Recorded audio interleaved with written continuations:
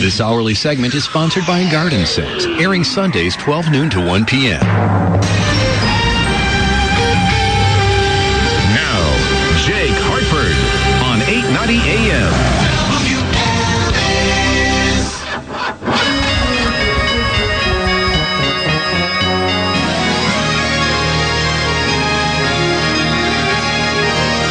Space is hard to find during Christmas season. Looking all around the lot, someplace you can squeeze in. When you finally find a place, you'll be disappointed. It's set aside for handicapped, specially anointed.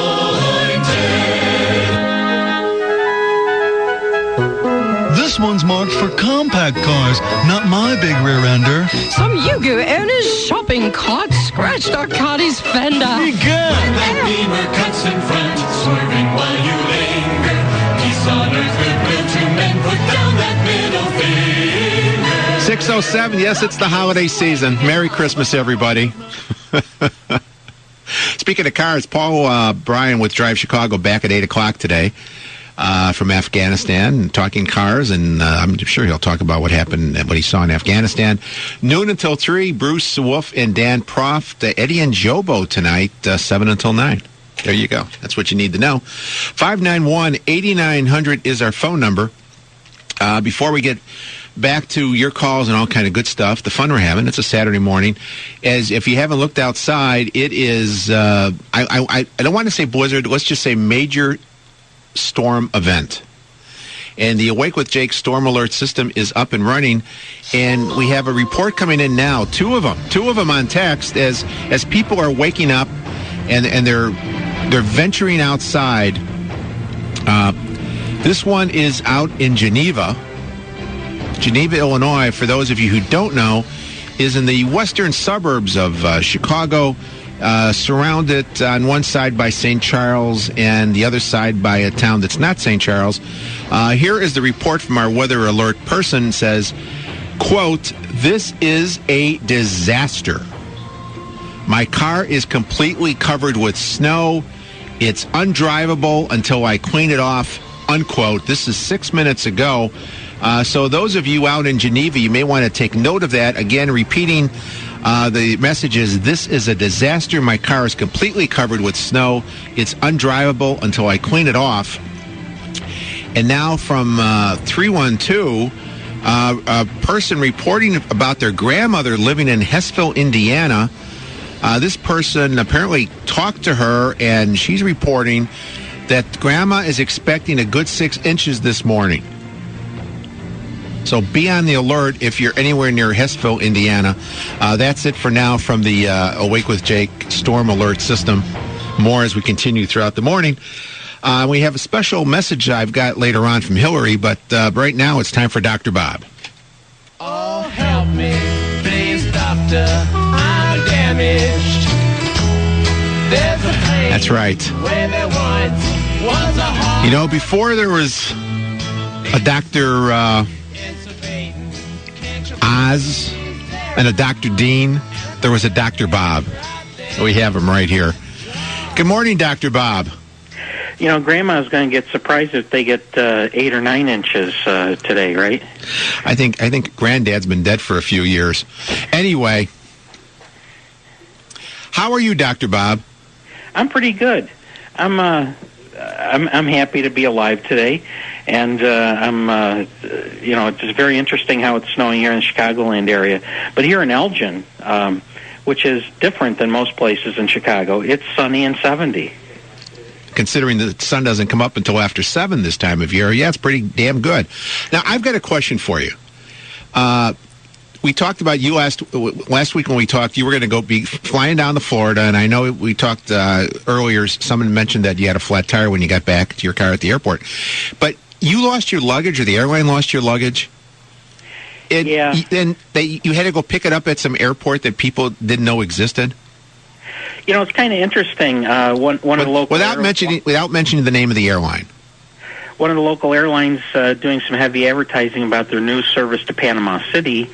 They just opened a new airport there, and I flew in and by way of Orlando, and I got to Panama City fine, but my luggage wanted to go to Disney World, so it stayed in Orlando. So I go to the lost luggage counter, and a lady says to me, she goes, where are you staying? I said, I'm going to stay in Pensacola now. That's about an hour and a half away. And she goes, well, that's outside our luggage delivery area. She goes, how long are you going to be here? And I said, 4.5 days. She goes, well, we won't be able to get you your luggage there. We'll just mail it back to Chicago. And I said, what? And she goes, yeah, well, it's a long ways away. It's about almost 2 hours away. And I said, well, when can you have it here? And she said, well, the next flight in is in 5 hours. I said, so I'll just go down to the beach then, and I'll come back when you got my luggage, because I really need the stuff that's in there. And she goes, okay. Well, it should be back here in about 5 hours. So I go down to the beach and, doing beachy things, and then I have dinner, and while I'm dinner I get a phone call, your luggage is here. So I get back in my car and I drive back to the airport and I load up my GPS, my trusty GPS, and lo and behold, the GPS takes me, quite a long ways, but it takes me to the old airport, and all the lights are on there, but nobody's there. And so then I know some people like that. Go ahead.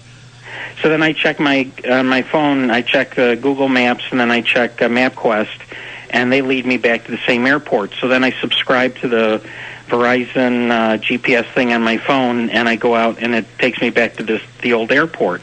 And then I all the while I'm calling the luggage counter, and nobody's answering. And then they never do. And then I call the rental car people, and the young man was very nice and gracious, and he gave me directions back to the old airport. And then finally I called security. I got the phone number off the internet, the security for the airport. They transferred me to the local police, and I'm talking to the police guy. He goes, what's your problem? I said, I'm trying to get to the new airport, and nobody knows where it is. I even stopped at places, and people didn't know where the new airport was. They said, oh, no, the old airport's closed. The new airport, yeah, it's over west to here somewhere. Now, did the police, were they able to tell you where the new airport is? The guy laughed, and he goes, yeah, this happens all the time. And he was very good, and he got me to the new airport. And then when I got into the luggage area, I was a little steaming. It was almost 2 hours. I'd been driving around, and the luggage lady said, here's your luggage. and I said, nobody knows where this airport is. It's not on MapQuest. It's not on Google. She goes, yeah. She goes, everybody has such a problem getting here. I thought that you were going to have a problem getting back to get your luggage. Now, two things, Dr. Bob. There's two things you could have done. The real elementary thing would have been to watch for airplanes where they were landing and drive in that direction. They have like 3 airplanes laying there a day. All right, I didn't say it was the perfect solution. I just said it was one of the solutions. The other one would have been to get on your internet, go to the Al-Qaeda Information Center, and they know where all the airports are in the United States. They would have given you directions right to the airport.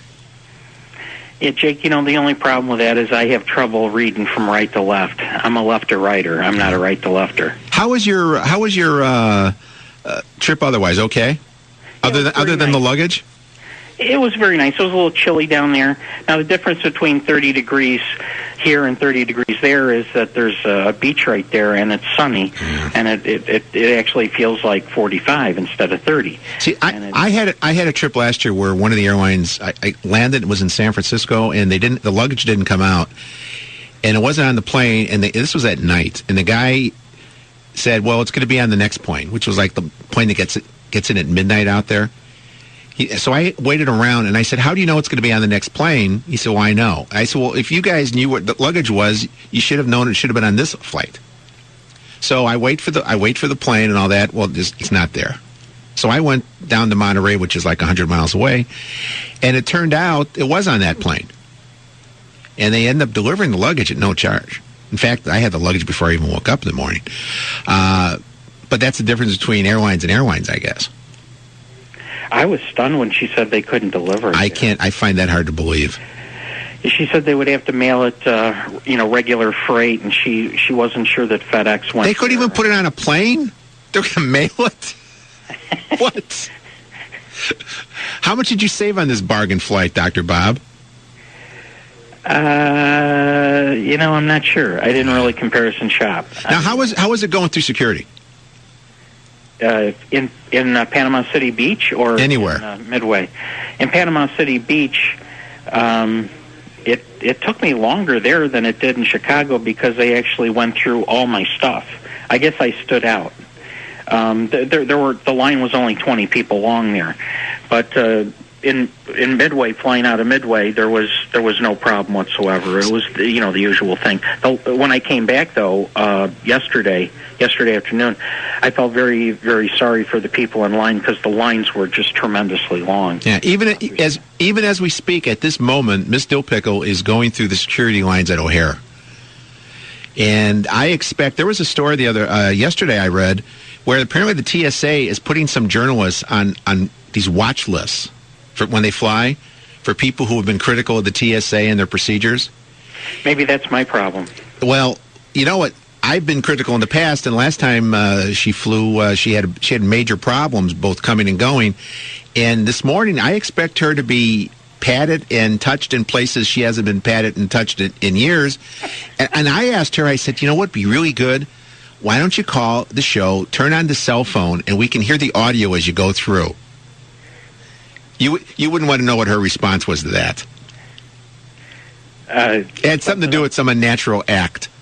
Of doing it to yourself, probably. Yes. Yeah, she says no. It's going to be tough enough on her as it is. But I may try to get a report from her during the break. Okay, Dr. Bob? Okay, well, tell her I said hello. Take care, Dr. Bob. Okay, bye-bye. Enjoy the snow. There he goes. People say, hey, could Dr. Bob be the new Dr. Dean? No, Dr. Dean's the old Dr. Bob. Or something like that.